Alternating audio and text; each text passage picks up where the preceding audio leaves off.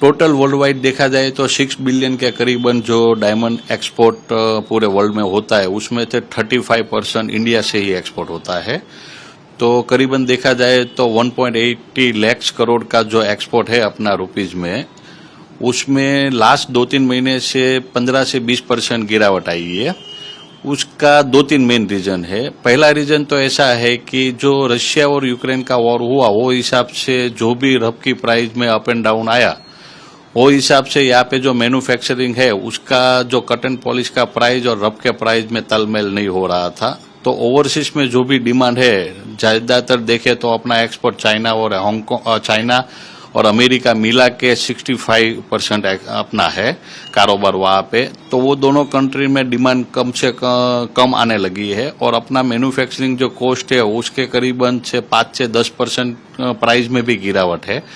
तो वो मैन्युफैक्चरिंग का कॉस्टिंग में थोड़ा अप एंड डाउन के हिसाब से एक तो मैन्युफैक्चरिंग वेट एंड वॉच कर रहे हैं। उसके अलावा दूसरा रीजन है कि जो रशिया एंड यूक्रेन का वॉर के हिसाब से अमेरिका ने थोड़ी पाबंदी लगाई कि आपको वहां पे रशियन अगर गुड्स लिया तो रशियन गुड्स का पॉलिश हम लोग नहीं लेंगे।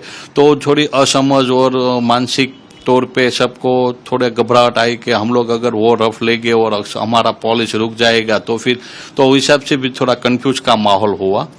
उसके अलावा जो भी 2000 कोविड के बाद मतलब 2021 में अमेरिकन गवर्नमेंट ने बहुत सारे पैसे दिए वहां के पब्लिक को, तो उन लोग की तौर पे जो कोविड के बाद जो सबसे पहली इंडस्ट्री बाहर उभर के आई वो diamond gem and jewellery industry थी।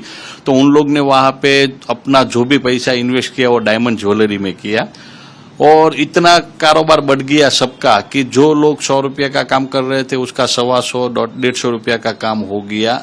और बाद में वहां पे गवर्नमेंट ने वो जो भी पैसे दिए थे उसमें सबका बाहर जाना हरना फिरना चालू हो गया। तो वहां पे अभी सेकंड ऑप्शन जो पहला ऑप्शन मतलब जेम ज्वेलरी पे डाला था वो अभी 3rd-4th ऑप्शन हो गया। तो उस हिसाब से वहां पे भी डिमांड कम हो गई। ये सब सिनेरिया मिला के अभी डायमंड इंडस्ट्री में लास्ट 3 महीना में 20% की गिरावट आने का रीजन हम लोग मान रहे हैं। टोटल वर्ल्ड वाइड देखा जाए तो 6 बिलियन के करीबन जो डायमंड एक्सपोर्ट पूरे वर्ल्ड में होता है उसमें से 35% इंडिया से ही एक्सपोर्ट होता है। तो करीबन देखा जाए तो 1.80 लाख करोड़ का जो एक्सपोर्ट है अपना रुपीज में, उसमें लास्ट 2-3 महीने से 15 से 20% गिरावट आई है।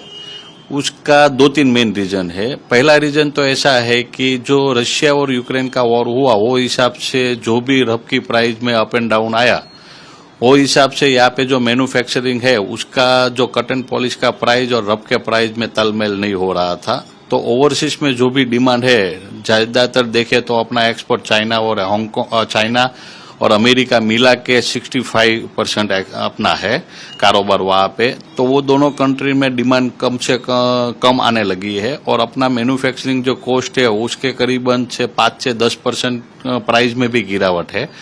तो वो मैन्युफैक्चरिंग का कॉस्टिंग में थोड़ा अप एंड डाउन के हिसाब से एक तो मैन्युफैक्चरिंग वेट एंड वॉच कर रहे हैं। उसके अलावा दूसरा रीजन है कि जो रशिया एंड यूक्रेन का वॉर के हिसाब से अमेरिका ने थोड़ी पाबंदी लगाई कि आपको वहां पे रशियन अगर गुड्स लिया तो रशियन गुड्स का पॉलिश हम लोग नहीं लेंगे। तो थोड़ी असमझ और मानसिक तौर पे सबको थोड़े घबराहट आई कि हम लोग अगर वो रफ लेंगे और हमारा पॉलिश रुक जाएगा तो फिर तो उस हिसाब से भी थोड़ा कंफ्यूज का माहौल हुआ। उसके अलावा जो भी 2000 कोविड के बाद मतलब 2021 में अमेरिकन गवर्नमेंट ने बहुत सारे पैसे दिए वहां के पब्लिक को, तो उन लोग की तौर पे जो कोविड के बाद जो सबसे पहली इंडस्ट्री बाहर उभर के आई वो diamond gem and jewellery industry थी। तो उन लोग ने वहां पे अपना जो भी पैसा इन्वेस्ट किया वो डायमंड ज्वेलरी में किया और इतना कारोबार बढ़ गया सबका कि जो लोग 100 रुपये का काम कर रहे थे उसका 125-150 रुपया का काम हो गया। और बाद में वहां पे गवर्नमेंट ने वो जो भी पैसे दिए थे उसमें सबका बाहर जाना हरना फिरना चालू हो गया। तो वहां पे अभी सेकंड ऑप्शन जो पहला ऑप्शन मतलब जेम ज्वेलरी पे डाला था वो अभी 3rd-4th ऑप्शन हो गया। तो उस हिसाब से वहां पे भी डिमांड कम हो गई।